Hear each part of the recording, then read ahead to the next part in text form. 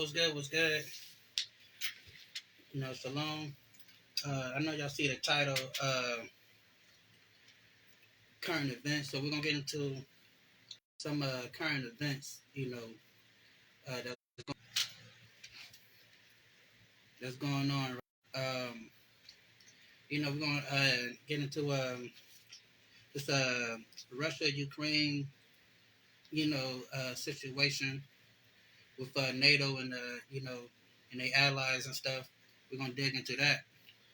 Um, got an article here from the Daily Herald, right?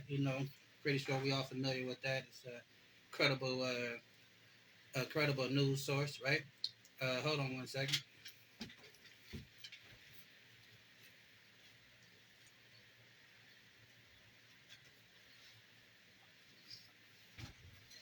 Yes, a lot here. So yeah, credible news source, right?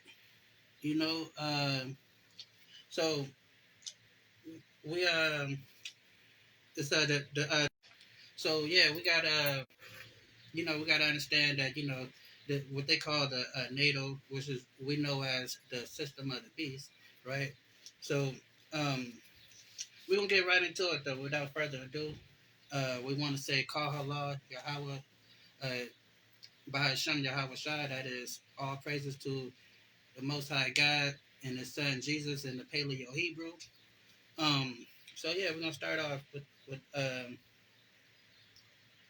dive right into this article, right? So it says, now this is about a few days ago. A few days ago, several days ago, right? From the 9th, right? From the 9th of July. So it says, Biden to fix the NATO divide. President is traveling to Europe today, right? So it says, 1 year after NATO sent a strong message to Russia at the Unified Defiance Summit in Madrid, President Biden will return to Europe tonight, aiming to conjure a similar sense of joint purpose. Right, so he's trying to bring the allies, the NATO people together. Because right now they're kind of split on their decision on allowing Ukraine to come into the NATO. So they're kind of so Biden is trying to do his best thing to keep the the unity amongst the different countries or they allies, right? And it says but increasingly evidence fractures as the Ukraine war slogs through its second year could make unity more elusive, right? So, like I said, so with this Ukraine and Russia thing going on, it kind of putting a damper on the UN plans to not the UN, the NATO plans, to keep their keep their unity amongst themselves, right? But just dig into prophecy real quick, right? Because like I said, we can find all of this out, in the Bible, right? So let's go to Daniel 2 and 40. We're gonna start at 2 and 41 real quick, right? So this Daniel 2 and 41, and we're gonna read down to 45. So it says, uh, and whereas thou saw the feet and the toes, part of potter's clay and part of iron, and the kingdom shall be divided. So as we read in here that NATO is divided, right? As we read in this article, and divided on how they should be from going forth with this whole Russia Ukraine deal.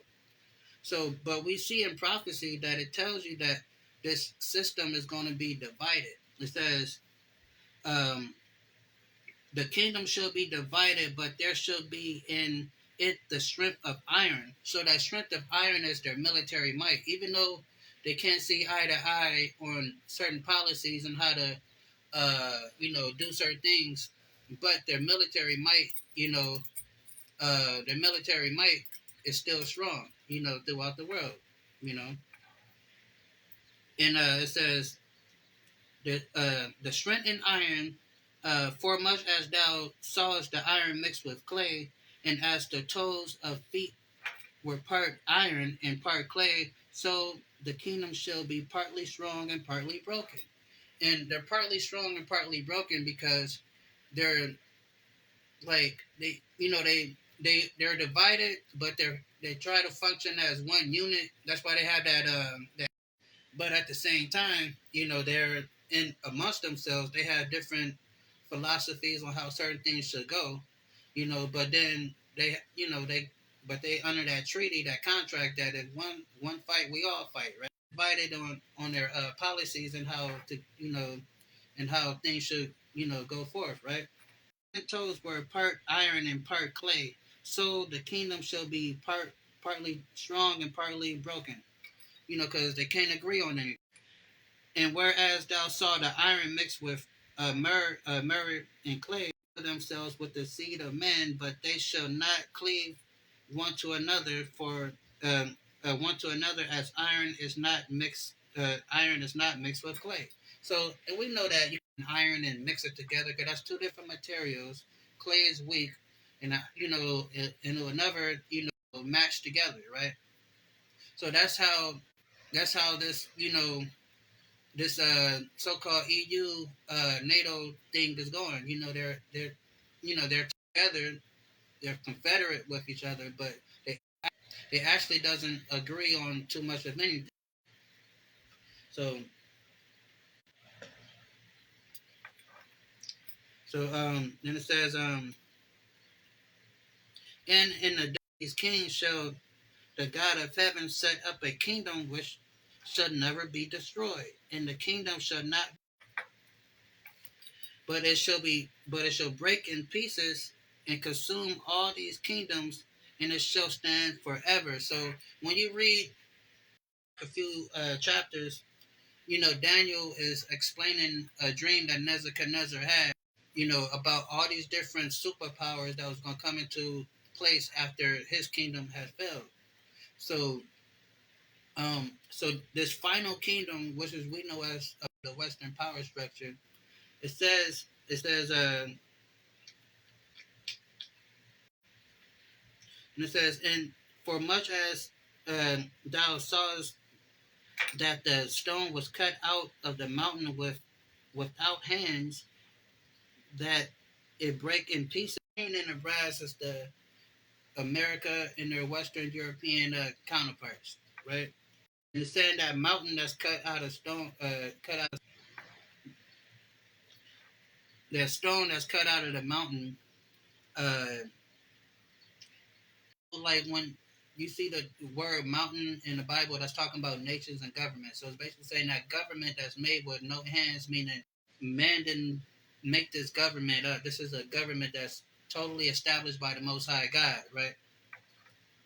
So it says, for much as thou sawest that the stone was cut out of the mountain which the great God has made known to the king that shall come to pass hereafter, and the dream is certain in the interpretation thereof. So he's letting them know that, look, you're dreaming about these different nations that's going, but then it's that final nation, Yahweh is going to come back and destroy all these kingdoms, and then set up the kingdom of righteousness for the Israelites. One second, check this internet thing going on, man.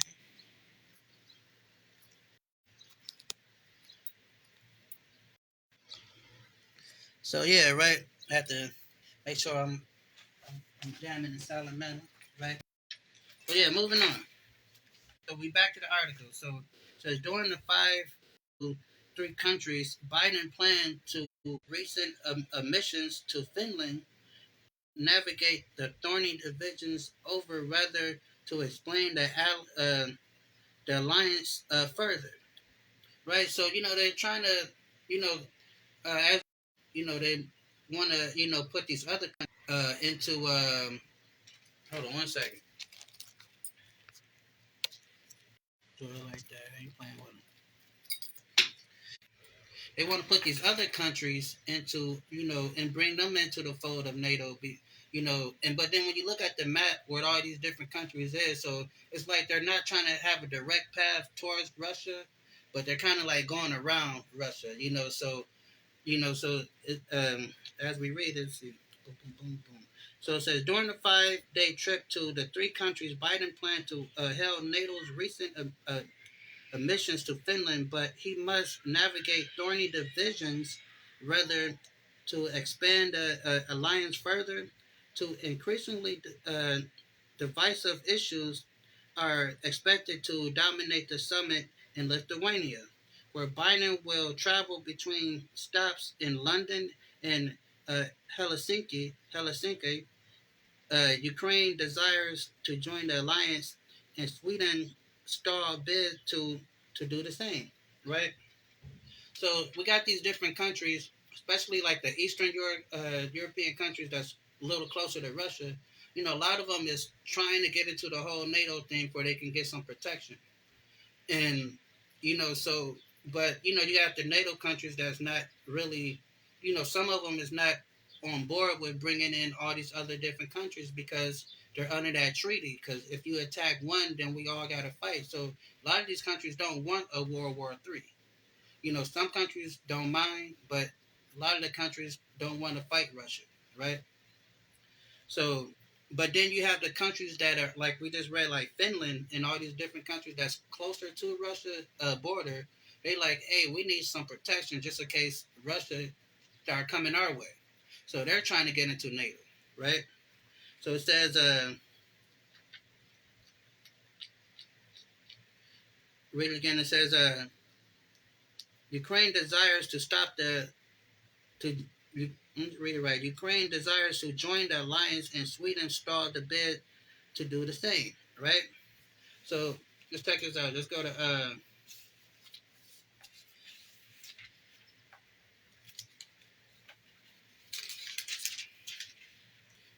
Revelation real quick, 17 and 12, right? And it says, "In the 10 horns which thou sawest are 10 kings, which have received no kingdom yet, but receive power as kings 1 hour with the beast." So we know the beast is NATO, right? And America is spearheading the beast, and they're that. So they will be the whore that's riding upon the beast. So now the other kings outside of America, like I said, they're part of NATO. So when it says right here in Revelation that uh, which have received no kingdom yet, but receive power as kings. So when they join this NATO federation, they might not be America or Germany or France, but since they're a part of that power structure, they can take part in that rulership. So that's why it says that um, that which receive no kingdom yet, but receive power as kings. 1 hour with the beast. That's just talking about not a literal 1 hour. That's talking about a disposition of time, right?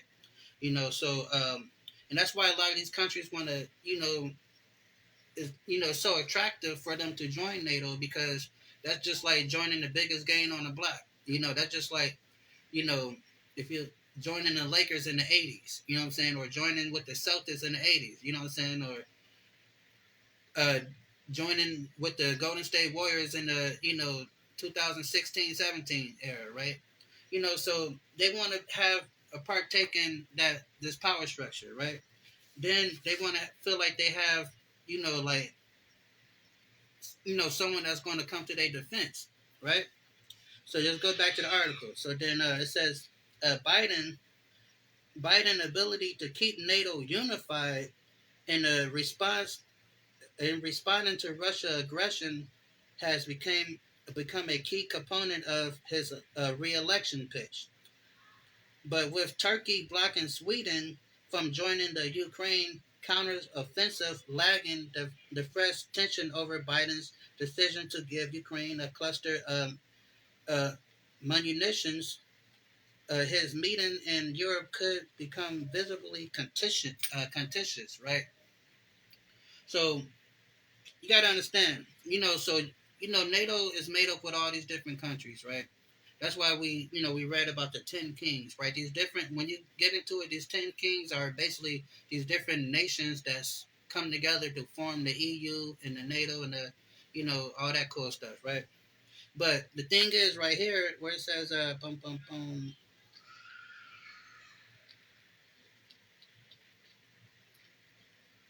dun, dun, dun, dun, dun. Like Turkey, right? That's what I'm looking for. Turkey. When it's talk about Turkey, now Turkey is part of NATO, right? Now Turkey is, what we would call, so-called white people, right? But the difference between Turkey and the rest of their NATO countries like America, England, France, and all those different countries, Turkey is a Muslim country, while the rest of the, so-called European Union people are so-called Christian countries. So they have different philosophies on things. So even though they're together, which technically Turkey shouldn't even, because Turkey is so far to the other side of how NATO operate, they shouldn't even really be a part of it, but they are. So you can see when the Bible talks about them not being strong, you have a lot of different countries that's mixed into this system. They're not on one accord. They only together just because it benefits them to be together, but they don't really carry the same values, such as Turkey, being an Islamic state for the most part, right? So it says Ukraine, his meeting in Europe could become visibly contentious, because like we're reading, how we read that with the iron and the clay doesn't mix together, right? So they're not going to be a strong uh, empire like how the empires before them once was, because, you know, they're pushing this democracy stuff, and these different philosophies and stuff. So these different countries have their different way of doing things, even though they operating together, but they still have their different viewpoints. So it says, especially fraud is Ukraine pushed to join NATO. Some allies, including summit host Lithuania, welcomed the idea, while countries like United States in Germany warned it would instantly escalate to a confrontation with Russia.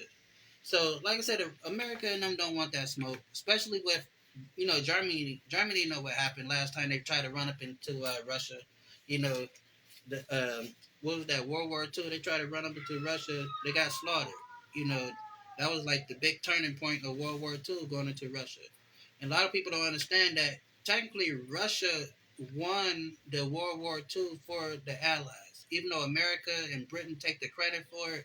But Russia actually put in the work, to take down Hitler and Nazi Germany, right?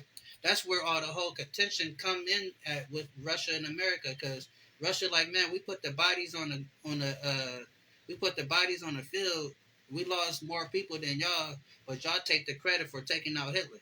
So then, you have the Cold War and all those little missile crises and stuff that, end up happening in the 60s and the 70s and all the way now. So, like I said, so the beef comes from America and Britain taking all the credit when Russia suffered the most losses, right?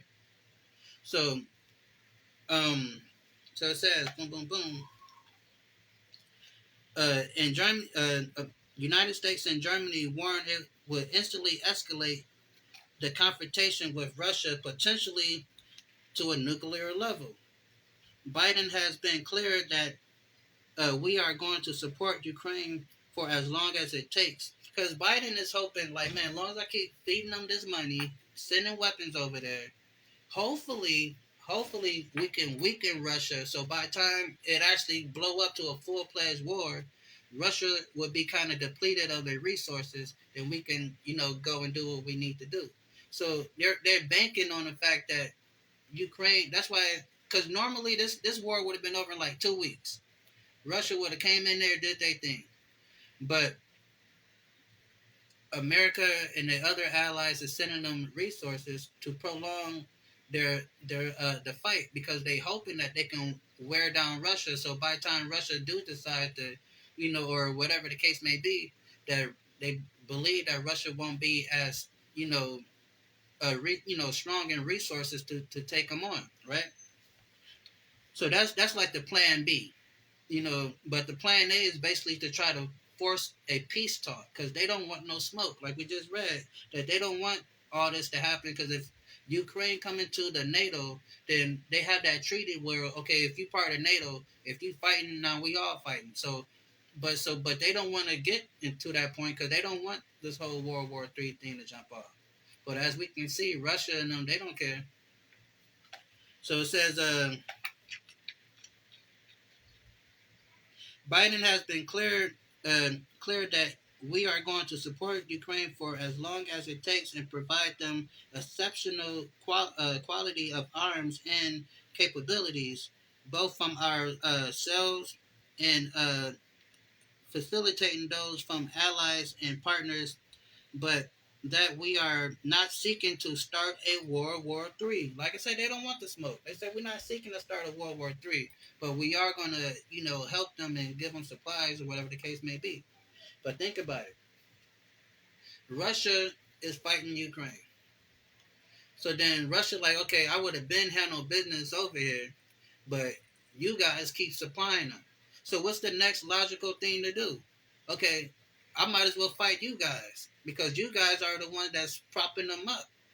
So I might as well just cut the middleman out and just go straight to NATO and handle them. So, but America's not thinking. They thinking like maybe we can force these people into a peace talk. But after a while, that's common sense. You know what I'm saying? If you know somebody, you're gonna take out their what they say, cut the snake off, kill the snake by cutting off their head, right? So it says, Jake Sullivan, Biden's national security advisor, uh, that is the course that we are been on since the start of this conflict, right? So they're talking about how they're not trying to ruffle no feathers, right? Even though they supplying the people that Russia is attacking. So after a while, Russia is going to get tired of fighting this proxy war because the proxy war is basically where you fund a group of people to fight for you. So Russia like, well, why don't you step in? Step in the ring. So then we can swear it off, right? So let's get we gotta understand how this stuff goes. Let's get Joel real quick.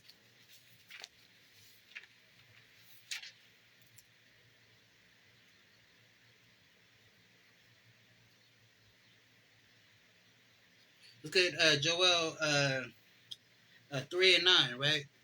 So like we're reading that they don't want this smoke, right? We're reading that. So let's see what the Bible says. For 3 and 9, we're gonna read down to a 16. So it says, proclaim. But this is, Joel's a prophet, right? So it says, proclaim ye this among the Gentiles, meaning the other nations outside of Israel.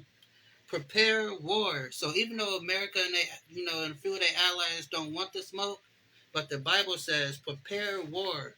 Wake up the mighty men. Let all the men of war draw near. Let them come up. Beat their plowshares into swords. Meaning, speaking currently, you got factories that make different materials, but a lot of these manufacturing companies is going to start producing war weapons and get their little military contracts, because after a while, it ain't, that's what they're going to be on, right? Some of us might work in the manufacturing business, right?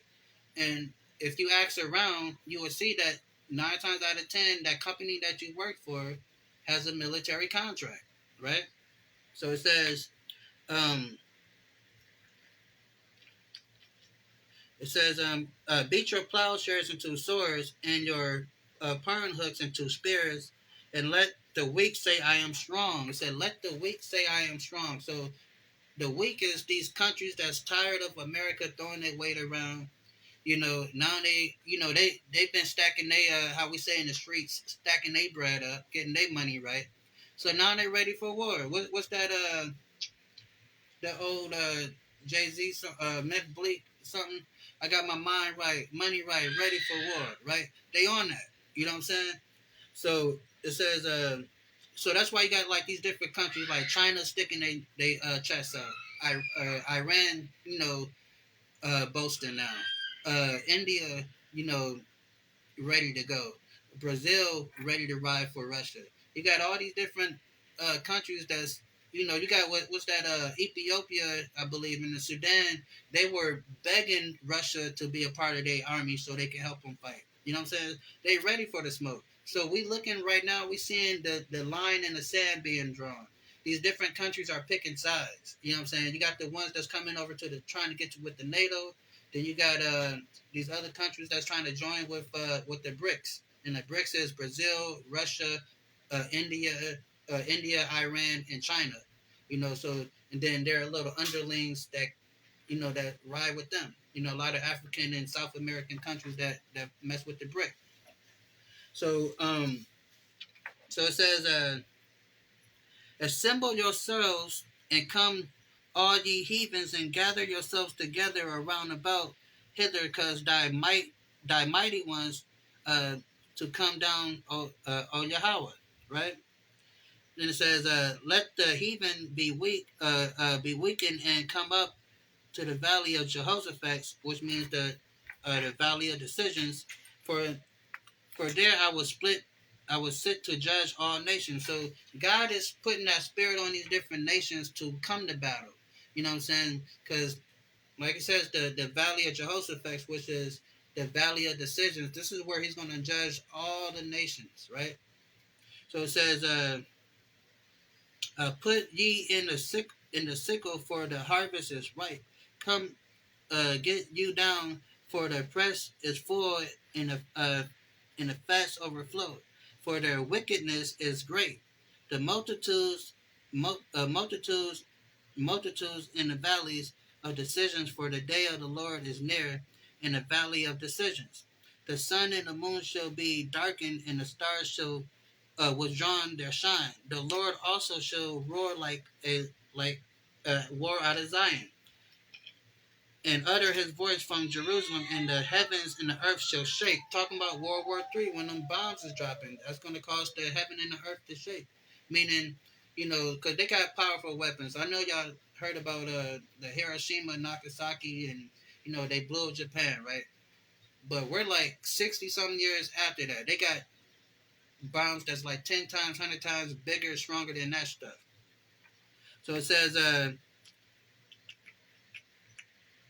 it says the heavens and the earth will shake, but the Lord will be the hope of His people. His people is, of course, the Israelites, the so-called Black, Hispanic, and Native Americans. It says His people, the Lord will be our hope, because number one, we ain't got no army.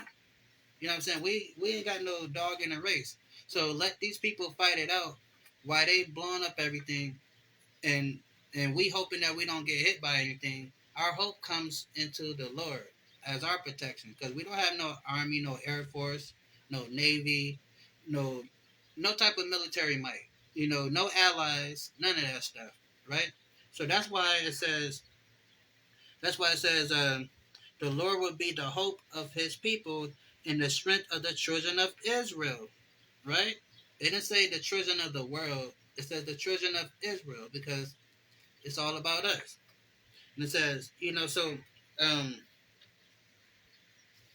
move on. So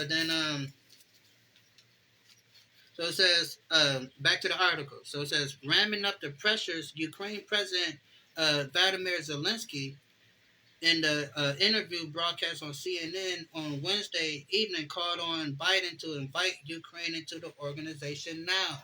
So he's like, dude, he's begging him, like, dude, let us in now. It's just like you running down the street, a murderer, somebody, like the little scary movie. Somebody's chasing you, then you go find a random house, you bang on the door, and try to get them to let you in. That's the state that Ukraine is in right now. They like, man, let us in. You know what I'm saying? But you'll watch the news and they'll try to play it like Ukraine over there handling business. But why is Ukraine begging to get into this NATO thing? Because they're not handling business over there. And like I said, Russia is actually, like I said, they're going against Russia C team. They're not even going against Russia B team or their A team, their varsity or junior varsity. They're going against their low level soldiers. Their real soldiers is training right now, and they anticipating what we will call the World War III, right? So so it says boom boom boom. Oh yeah, boom. So it says yeah, Vladimir Zelensky in the interview broadcast on CNN Wednesday evening called on Biden to invite Ukraine in the organization now.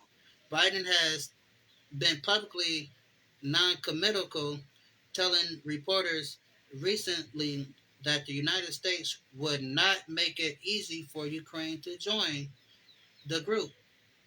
Cause like us, like we see that they don't want the smoke. Cause they know if Ukraine come into NATO, they're going to be forced to take on Russia, and then that's going to lead into World War III. And the Pentagon did war simulations. You know, they got those big old fancy AI computers and stuff, right? They did war simulations where they face off against Russia, and they lost every time. So they know what the business is. So that's why they're trying to prolong this as long as possible, you know, and hoping that they probably weaken Russia resources or get them to come to a standstill and say, all right, let's talk about peace, right? So it says NATO has historically rejected countries that are in the midst of a active invasion or occupation because it will intensely embroil the alliance in hostilities given its principle that a attack on one is attack on all. So like, if we bring you in, you're in the midst of a battle right now. So if we bring you into our group, and since we have a clause in our contract, if attack on one, then you basically attacking us all. You know, so then you're gonna force us to have to fight, and we don't want to fight. You know, so that's basically what he's saying.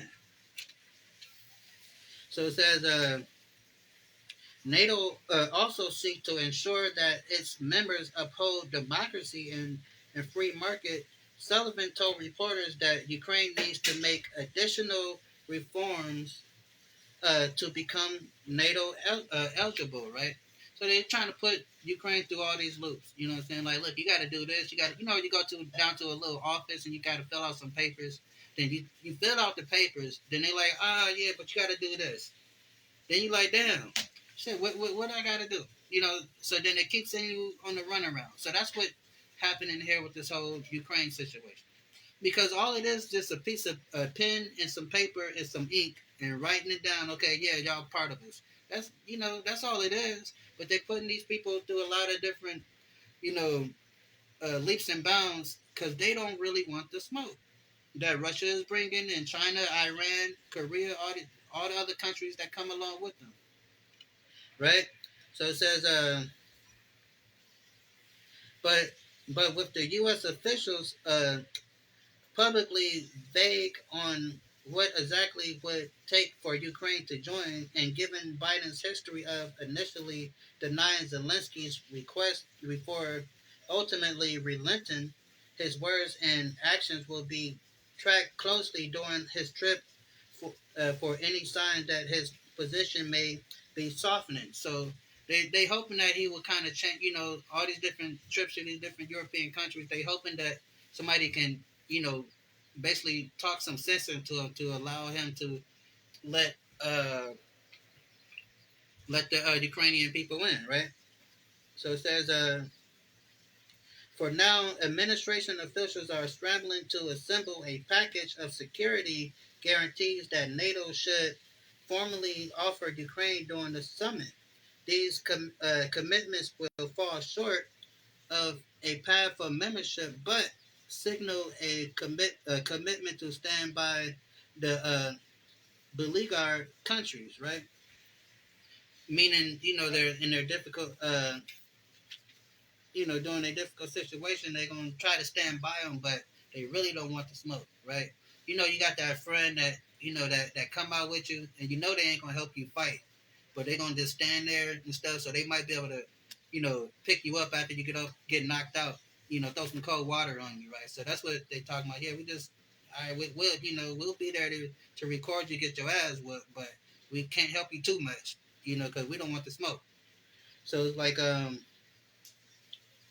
experts and observers said this compromise would probably imply the need for an end to the war with Russia before Ukraine can join the alliance. So they saying like, for us to bring you in, you guys got to figure how to end this war, with Russia. Because if we bring you in while you're fighting, then you're gonna make us have to fight, and we know they don't want the smoke, right? So it says,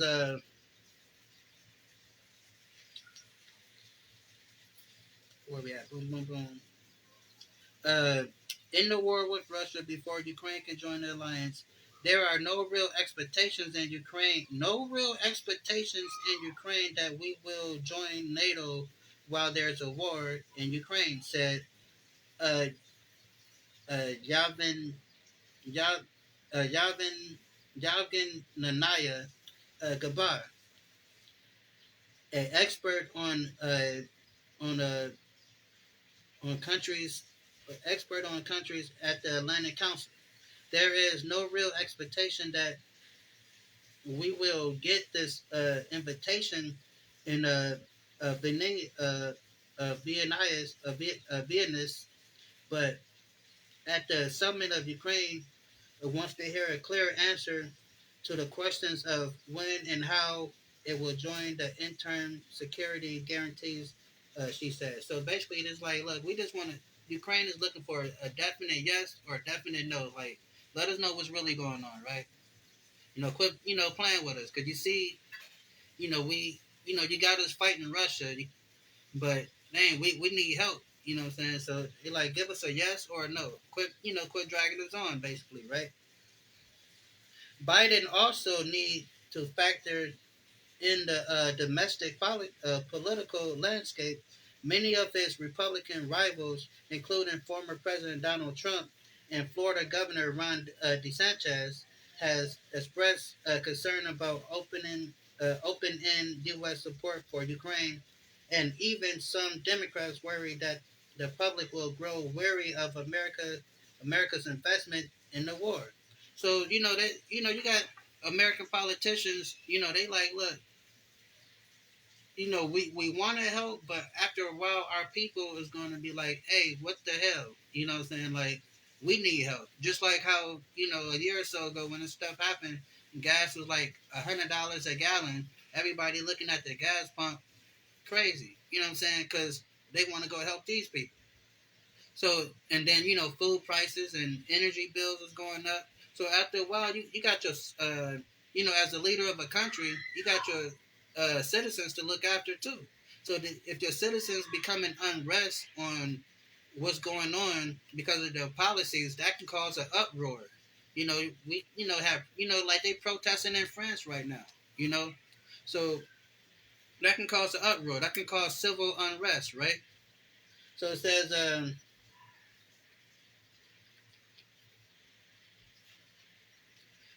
boom, boom, boom. Democrats worry that the public will grow weary of America's investments in the war. President Zelensky is under the view that whatever he pushes for hard enough and long enough, he will get it. So the politicians in America, like, look, you got that spoiled child or whatever. They feel like, okay, as long as I'm crying and acting a fool, eventually I'm gonna get what I want. So you have certain politicians in America that's saying like, look, Zelensky is he think long as he keep on pressuring us and asking us these questions, he gonna eventually get what he want. Because I mean, think about it. The man already got like 100 billion from this administration, right? That's why a lot of people taxes was lower than usual. You know what I'm saying? Because they already got 100 billion from or probably more than that, right? So it's like he's saying Zelensky is under the view that whatever he pushes for hard enough and long enough, pause, he will get it because that has been the case with virtually everything we have seen to date, said Michael O'Hanlon, um, director director in research of foreign policies at Brooklands Institution. I am afraid he may be wrong on this question because it's not only Joe Biden but Trump and Ron DeSantis all seem skeptical of the idea of Ukraine joining NATO.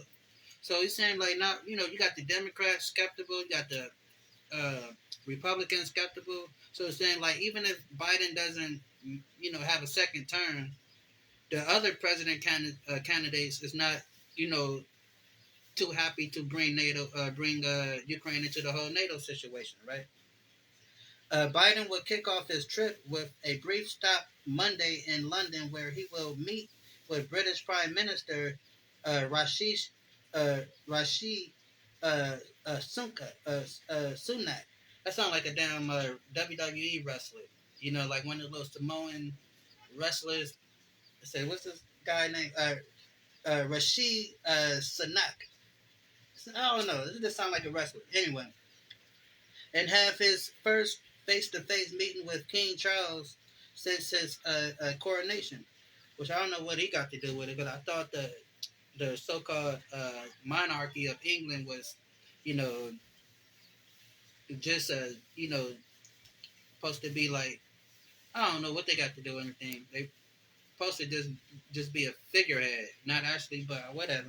And he will then attend the NATO summit uh, Vilnius, Lithuania, on Tuesday, holding meetings with the counterparts before delivering what White House aides described as a significant speech about his global vision on Wednesday.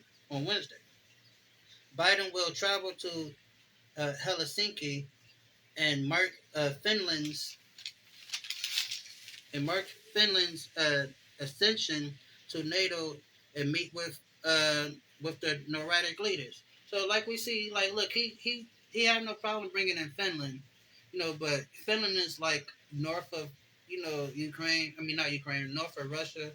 So because when what's going on, really, you know, even though NATO is trying to build a border around Russia, but they know that's why they've been kind of sneaky on the low, you know messing with Ukraine, but now it got too hot. What I'm saying? So they can't just directly mess with Ukraine because Ukraine is right on the border of Russia.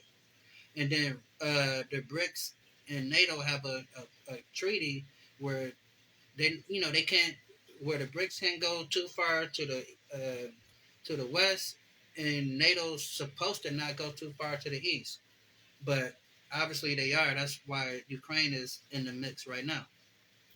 So it says the White House officials hope the trip will send a message to the Russian president, uh, Vladimir Putin, that NATO remains committed to supporting Ukraine for the long term. The stop in Finland could draw comparisons to Trump in 2018 visit to Helsinki when he sided with Putin against the U.S. intelligence officials during the news conference. While Trump relished in disrupting global alliances, that's what people. I told people that everything that we see now happening on a global scale is because when Trump was president, Trump became cool with all of America's enemies, with North Korea, China, Russia. So I knew if Trump, when he get out of office, it's going to be back to business as usual because Biden is from the old school.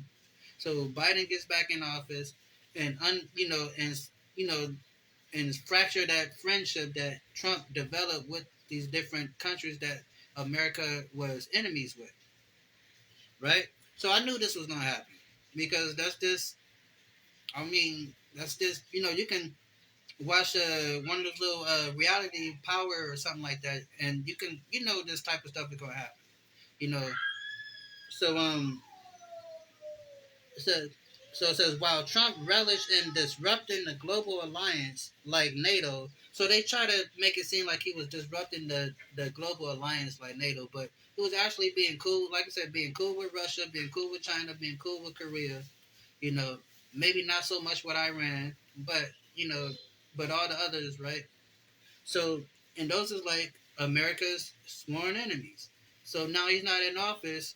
Now the beef is back on again, right?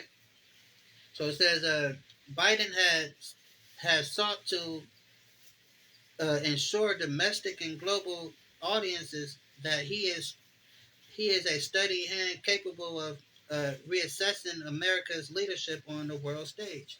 So, like I said, America is spearheading the beast system. So, and he doesn't want to look weak on the world stage. So he's trying to, let them know, yeah, we can be tough on Russia and China and all these other countries, right? Uh, so it says, where I'm at, boom, boom, boom.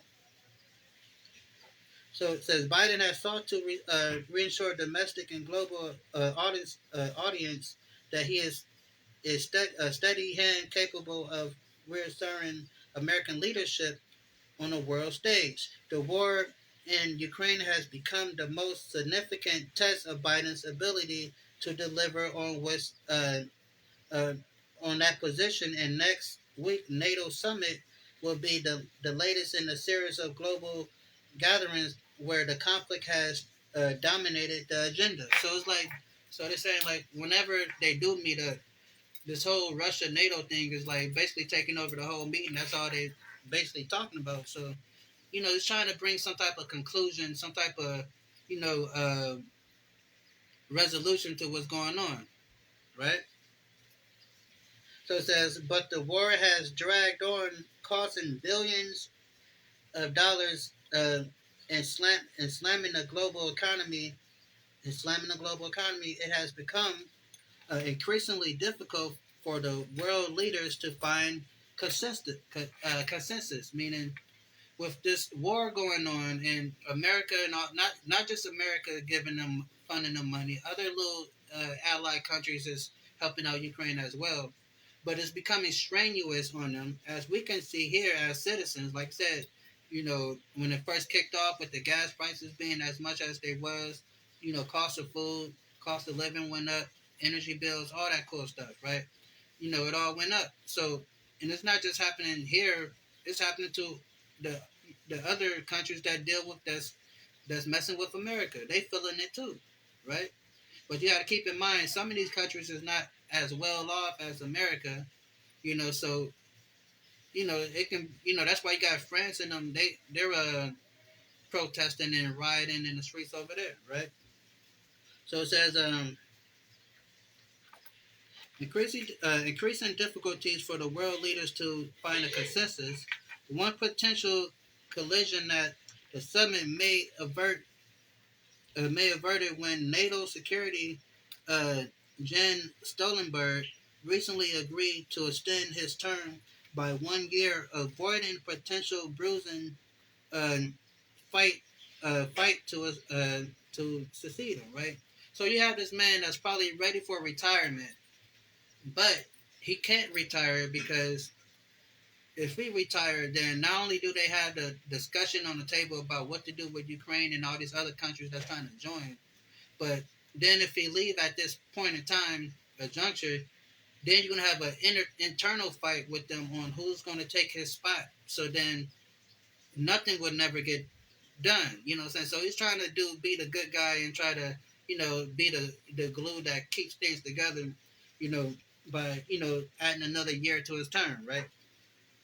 So it says Biden is still fighting a last ditch effort to salvage Sweden ascension, which has been blocked for many months, primarily over ejections from Turkey, right? Because, like I said, remember we was talking earlier that Turkey is, even though they're white people, but they're a Islamic state. You know what I'm saying? More under the Islamic values of things, even though they're part of NATO for some reason. Then it says uh, objections from Turkey and its allies, Hungary. Um, Turkish President Recep Tayyip Erdogan complained that Sweden is too accommodating towards the military Kyrgyzstan Worker Party, or PKK, which has waged a long insurgency in Turkey. So they're accusing Sweden, because Sweden's trying to join with NATO, but Turkey is accusing Sweden of supporting a terrorist group in their country that's trying to topple everything. So of course Sweden like, hell no, I'm not. We're not with you joining with us, dude, because you with this other group that's trying to take us out. So you have this split, like we read in Daniel. It says that the 10 toes, you know, was made of clay and iron, and how they are divided. So you can see the division in NATO. You have Turkey and Hungary that's not, trying to add these people into the mix because they have their personal beef with these countries. So it's just like, um, how to further explain it, like, you with a group of friends, then one of your friends want to invite somebody to somewhere, but you don't get along with that person. So you're like, no, they can't. Why because I have beef with this person. So you cannot invite them to this, event because it's going to be trouble. So, I mean, to keep the peace, what I'm saying? So don't, we ain't letting them in, right? So this, the situation, right? So, so it says, boom, boom, boom. Yeah, so boom, boom, boom. So, the Workers' Party, or PKK, which has waged a long insurgency in Turkey and is considered a terrorist group by the United States and European Union. So even United States recognize this group that's inside of Turkey that's operating, and how Turkey put it is being funded by Sweden. So they recognize this group as a terrorist group. So so you have this dissension amongst uh, the beast, NATO, right?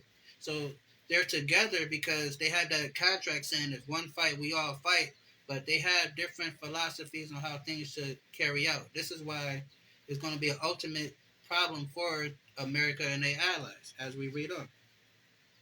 So it says, there is little chance Turkey and Hungary will ratify Sweden accession before the summit. Diplomats said through some expressed hope that Biden and other allies could at least persuade uh, uh, Erdogan to agree to a deal that would allow the process to move forward. Stoltenberg has said he will convene a meeting of Sweden and Turkish leaders Monday.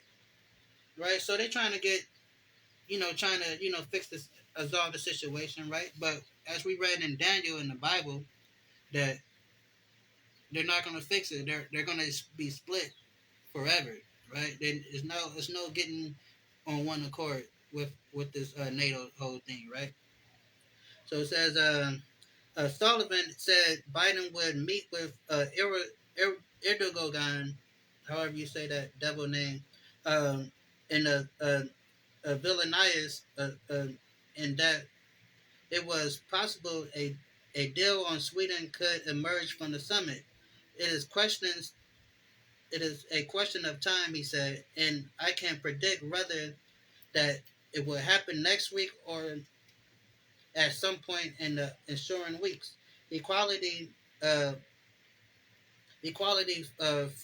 Frost as questions whether NATO allies will spend more on defense after Russian invasion. The Allies began what is called the biggest overhaul since the Cold War, reinforcing its eastern flanks and rethinking its approach to uh, deterrence and defense. So they're trying to build up their whole defense on that uh, eastern front because they know how Russia and them get down. We're talking about Russia, but we got to understand Russia is part of the BRICS, and just how NATO got a treaty, a contract. If one fight, we all fight. The BRICS got the same deal. You know what I'm saying? Only reason why the BRICS haven't just went in with Russia is because technically Russia versus Ukraine is a civil war. even though you got one part calling itself Ukraine and the other part Russia. But when you do the history, that was all Russia at one point in time, and Russia just want to bring them back into Russia, just like America had the Civil War with the South versus the North. Now, just to say that, whatever happened, just to say like the South and the North never got united again. But at one point in time, the South and the North was considered America, the United States. So it's just like if one day the North decided, you know what, we want to bring the South back and connect us back together as one country. So that's what Russia is doing. Like, look, Ukraine was a part of us. Yes, we're gonna bring them back. Even if we gotta do it at gunpoint, we're gonna bring them back. That's what we're witnessing. So it's a civil war. That's why China, Iran, and Korea and all them other countries haven't jumped in. But don't think that they're not ready because you know. So where I'm at, boom, boom, boom.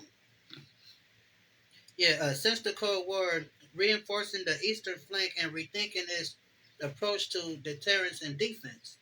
Leaders will formally approve an ambitious set of defense plans in Vilnius, uh, but it will require majority investments for them to become a reality.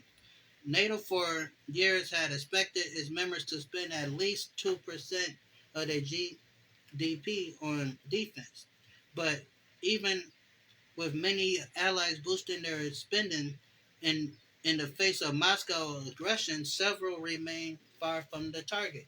So NATO put a proposal like, look, the members of NATO, we gotta at least spend 2% of our money towards our military defense. Of course, America and a lot of other countries overdo it. Then, but they're saying that only way they can stay competitive with Russia if their allies put forth the money to keep their spending on their military above 2%, right? So it says,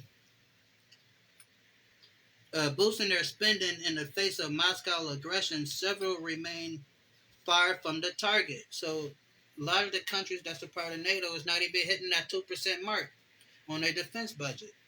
Stoltenberg said he expects allies to agree to make spending 2% of the GDP a floor or a minimum, but it is unclear how or even if that will be enforced. Uh, Camilla Grand, who until last year was NATO Assistant Secretary General for Defense Investments and now is dis, disting, dis, distinguished policy fellow with the European Council on Foreign Relations, said a big hike in defense spending is a big hike in defense spending is necessary. So they're saying, look, it's necessary. Like Russia is, they saying basically what they're saying. Russia is about that, and it's necessary that we put our money up, for we can, be able to ride if we got to. So it says, where am I? Boom, boom, boom, boom, boom. So it says, yeah, defense spending is necessary if the group hopes to meet the movement. Uh, if there is no sustained commitment to stay at 2% or above, the plan will be hard to implement. Grant said. So, like we were saying, like they're trying to employ their members of NATO to spend more than 2% on their defense because they're saying is if they don't, if they're not spending a certain amount of money and getting their defense set up in a certain type of way, it's gonna be hard for them to like have real leverage in this thing, right? But a few issues are likely to be as contentious at the summit as the question of Ukraine membership. NATO allies have all but ruled out immediate membership for Kyiv on account of the war, but the allies remain split. The allies remain split. Should happen next, right? So, like we read in um, like we read here, that it says the allies remain split. And like we got it right here. It says, boom, boom, boom. It says, and as where thou sawest the feet and the toes are part of the potter's clay, and part iron and part iron, the kingdom shall be divided. So this European kingdom, this NATO, this you know, um, their group is divided, as we can read, as our dear brother Daniel wrote a while ago. It says, the kingdom shall be divided, but there shall be in it the strength of iron. The strength of iron is their military might, because they have military bases all over the world. They can attack any country from any place on the planet because they got bases everywhere, right? So it says, but their weakness is that they are not together. They're not unified. What they say, a house divided should not stand, right? So they are a house divided, even though they have all this strength, but they are divided on how to implement their strength. So it says, in the strength of the iron, for much as thou sawest, the iron is mixed with mirror clay, right? So they're divided, right? And it says, where am I? Boom, boom, boom.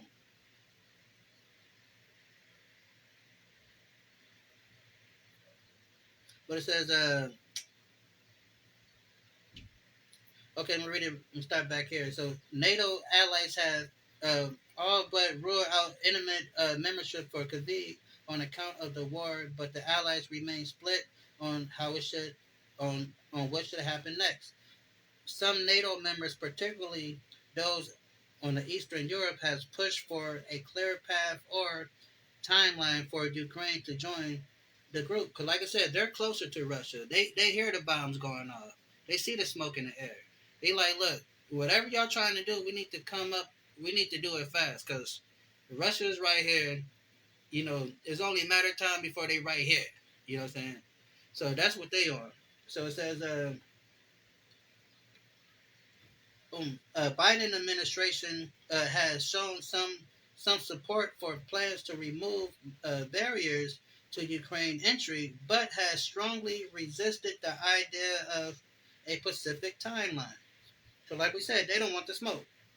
While Poland and Italy have called for concrete security guarantees, the French President Emmanuel Macron has said there should be a clear path for Ukraine NATO membership. Germany and the United States have been perceived as more reluctant because Germany, and like I said, Germany and the United States, they don't want the smoke, especially Germany, because they saw how Russia got down during the Stalingrad era, right?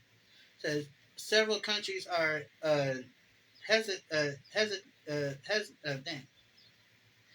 hashing out interim options to provide security guarantees and other long-term assurances to Tel Aviv. Uh, that's a part of the short full membership, right? So, and that's what we got. We got these countries that's divided, and they're trying to figure out how we're gonna work this thing out because a lot of them don't want the smoke, but they can't. There's nothing they can do about it because it's all prophecy. This is all written before time. And just so happened we got the knowledge and understanding to see it all play out. And we understand, right? So let's get Obadiah. Right, we're gonna start at Obadiah 1:1. It says, "The vision of Obadiah thus said the Yahweh power concerning Edom. Edom is what we would call the so-called European people. Edom. That's their biblical nationality. We have heard a rumor from the Lord, and the ambassador is sent among the heathen. Arise, ye, and let's rise up against her in battle." Right? So God has put a spirit on these nations to go to battle. So even though they're trying their best not to go to battle, but you cannot resist the power of the Most High God. Once He put it out there, that's what it is. You can do what you try to think you want to do, but He's going to steer you into the direction that He wants you to go. So it says, "The vision of Obadiah, thus said the Lord God thus said the Lord God concerning Edom, we have heard a rumor from the Lord, an ambassador sent among the heathen, arise and let us rise up against her in battle. So all these countries are going to come together to battle, right? And so let's jump down to 7, right? So it says, because America got the EU, the NATO thing, right? Atlantic, Atlantic Treaty Organization stuff, right? So it says, all the men of thy confederacy have brought thee even to the border. The men that were at peace with thee. So right now they're at peace with each other. This so-called NATO, EU, Atlantic Treaty Organization, they all cool with each other, right? But like we were reading through the article, they're not on the same page. They don't necessarily agree with each other. They're only what we would call friends with benefits, right? So it's going to come a point in time where this is going to be strenuous on a lot of these countries, and then they're going to turn against America, right? And we already see that Turkey and Hungary, they're not on board at all. They blocking everything, right? Because like I said, they're more Islamic in their point of view, in their worldview than America, right? America got their pseudo uh, Christianity philosophy, so they say that's the banner, but we know what's really going on.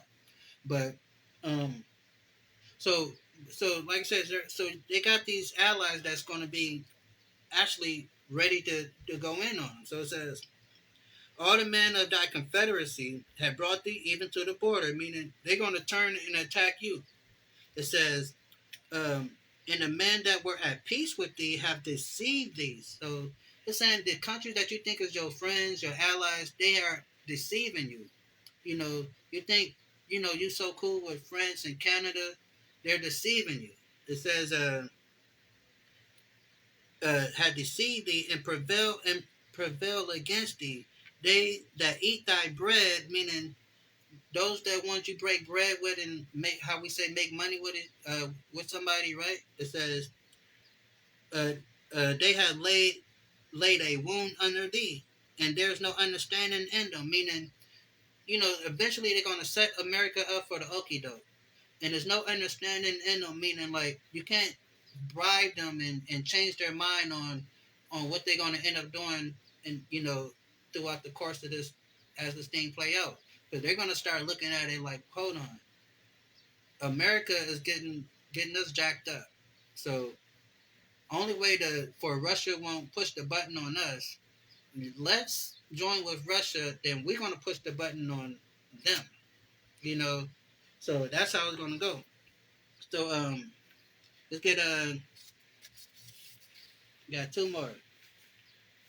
Let's get a Revelation real quick.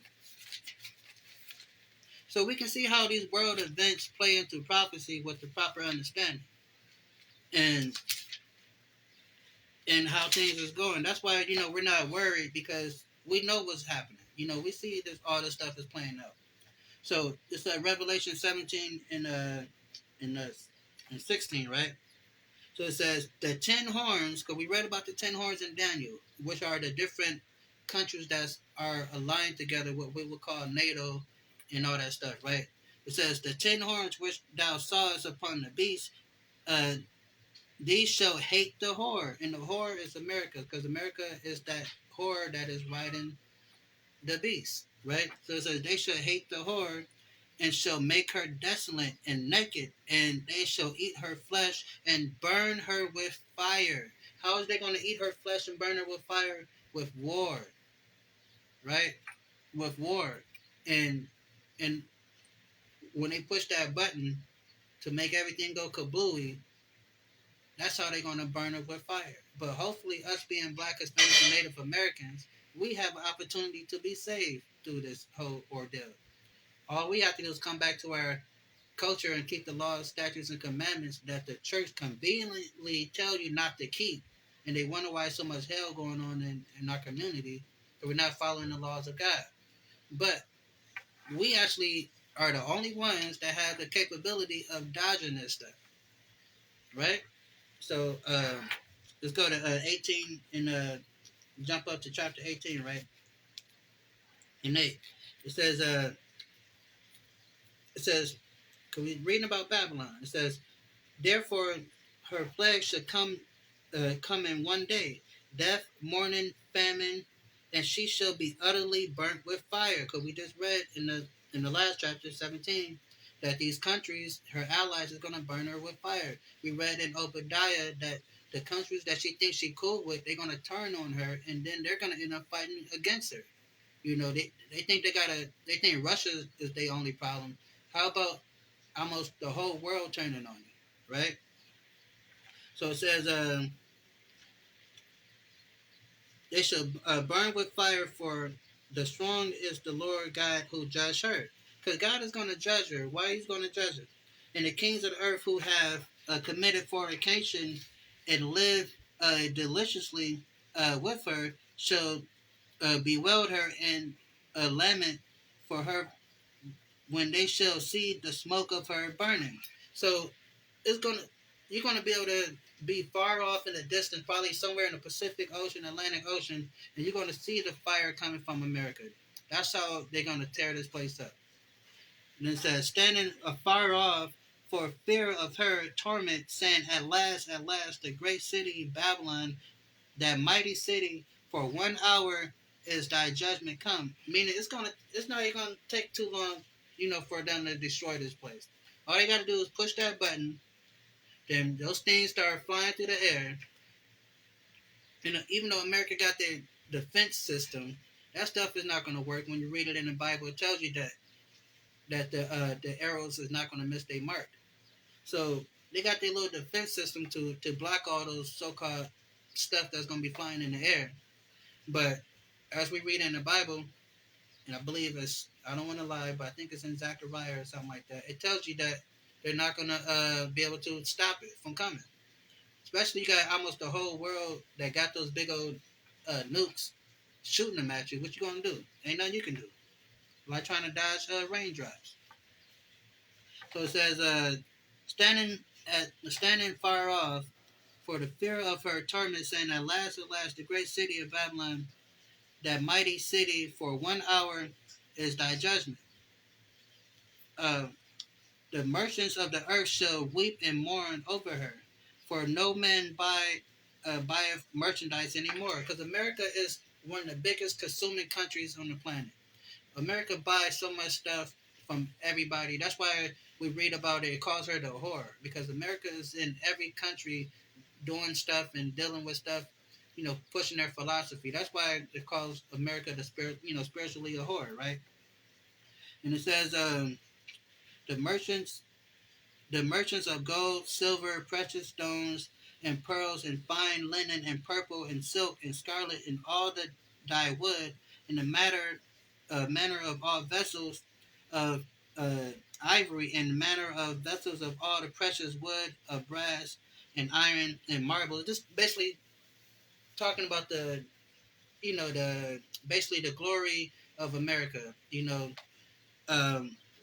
And it says the cinnamon and the outdoors of ointments and frankincense and wine and oil and fine flour and wheat and the beasts and the sheep and the horse and the chariots and the slaves and the souls of men and the fruits that thy soul after uh, lust after departed from thee, and all the things which were uh, uh, dainty, all the things that were dainty and goodly are departed from her. Meaning, this place gonna be utterly destroyed. It ain't nothing you can salvage from this thing.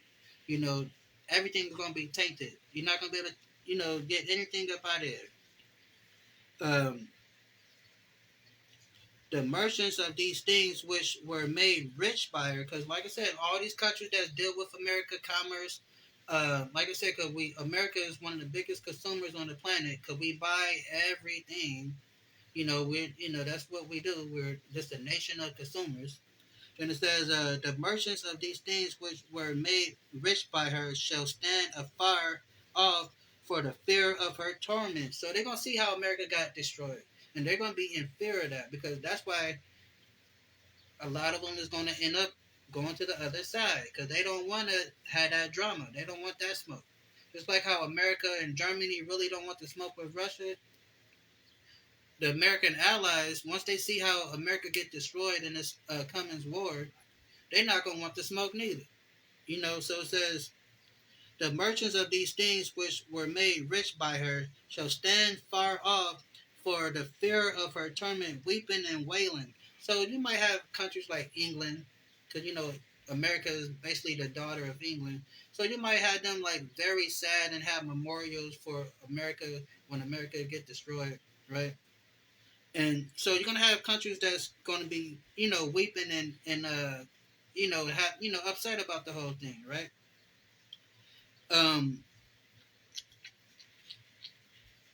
and saying, at last, the great city that was clothed in fine linen and purple and scarlet and decked with gold and precious stones and pearls.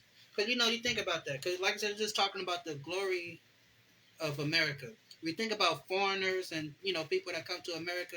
When you ask them back in your country, what is the idea of America? A lot of like what did Nicki Minaj say? Nicki Minaj said when she used to live in Trinidad, she used to think America's streets had gold and everybody lived in mansions. So these other countries that, these people that haven't been to America, they believe that we're just this big, rich, superpower country, So that's why it's explaining it like this when it's getting to the purple and the scarlet and decked with gold and precious stones and pearls. For in 1 hour, so the great riches is come to naught, meaning no matter what type of, you can be Jay-Z, Oprah Winfrey, all that stuff. When they push that button, that ain't gonna matter no more because it's all gonna be destroyed. And it says, for 1 hour, so great city, that great riches come to naught, and every shipmaster and all the companies and ships and sailors and as many as traded by the sea stood far off. So I don't know if y'all remember when the pandemic stuff first happened, right? They had like um, it's a they had like a video or a picture on the internet where they showed you like hundreds and thousands of ships waiting to get into the ports of America, right? So you're gonna have all these countries that's waiting to do their trade with America. They're gonna see the smoke. They're gonna see this place burning from miles and miles and miles away. In the sea. And it says, uh, and every shipmaster and all the company and ships and the sailors in as many as has traded by the sea stood far off, and cried when they saw the smoke of her burning, saying, the city is like unto a great city. It says, what city is like unto this great city? Let me read it right. So basically saying it's like they're going to see this happen and they're going to be like, wow, America's destroyed, is blowing up, turned to rubble. It will never ever be a city like that ever again. So that's what they're going to be thinking when it happens. Like, dang, how, when stuff gets destroyed and to never ever rise up again. So they're going to be like,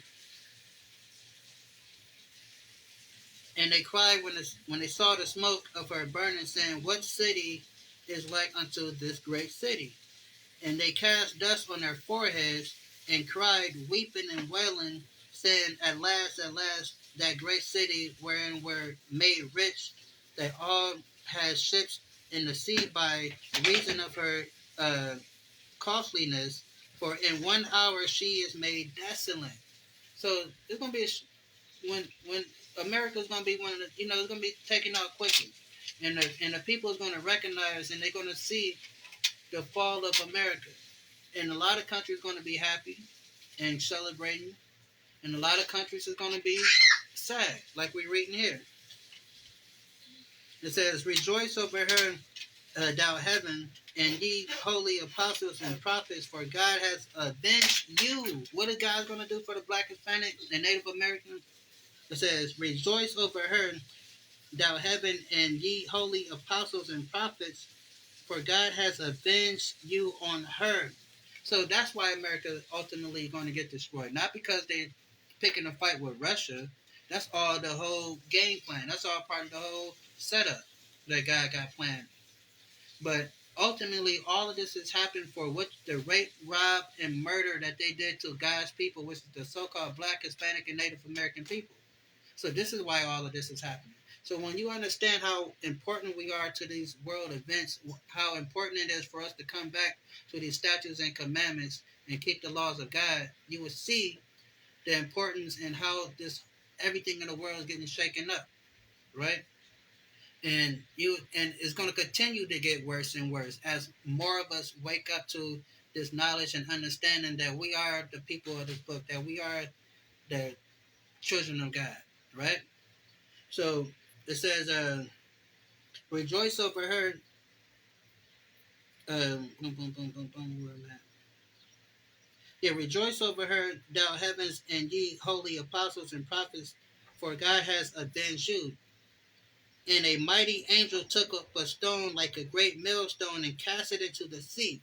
So when we read earlier in Daniel about that stone that's being cut out of a mountain to destroy all these other kingdoms, so this we're reading how it plays out in the fourth dimension in the heavenly realm. This angel was taking this big stone and launching it at the earth, right? But in Christianity, they'll teach you like, oh, it's like some type of asteroid that's about to come and hit the earth. No, this is metaphorically speaking. It's talking about the nation of Israel, which is the so-called Black, Hispanic, and Native American people, coming back to our culture and our heritage and being that powerful nation again, and we becoming the next superpower, right? Under the government of the Most High God in the rulership of the Mashiach Yahushua, who the world calls Jesus, right? It says, a mighty angel took up a stone like a great millstone and cast it into the sea, saying, thus with violence shall the great city of Babylon be thrown down, and shall be found no more at all. So just how America was created is going down the same way. It says, thus with violence shall the great city of Babylon be thrown down and shall be found no more. So that's the great conclusion of this whole thing. And our hope and wish is that we will survive this and get up out of here when all hell break loose. That's why it's important for us to come back to the statutes and commandments and keep the laws of God. Not just what they'll tell you, the Ten Commandments. It's over 600 and something laws that we should be keeping. You know, or and truthfully, it's 600 and something laws, but not all 600 and something laws pertain to you. You know, so and then some people will like, oh, 600 something laws, but they forget the fact that America has thousands and thousands of laws. The fact that you are listening to me now, proving that you can keep the thousands and thousands of laws, because if not, you'd be in jail right now. So if you can keep those laws, what's so hard about keeping the 600 and so laws of the Most High God that He actually gave us to keep, right? So I hope with that get a little understanding of these world events. We're gonna do more things like this. We dive into like current events that's going on in the world, because a lot of us need to know what's going on, because we so easily distracted with certain things that we forget that it's some real stuff going on out here that we need to pay attention to. Some stuff that can actually affect our quality of life and how we live. So with that, I'm gonna say all praise to the Most High, Shalom, peace. Hope we all got smarter after this. Peace.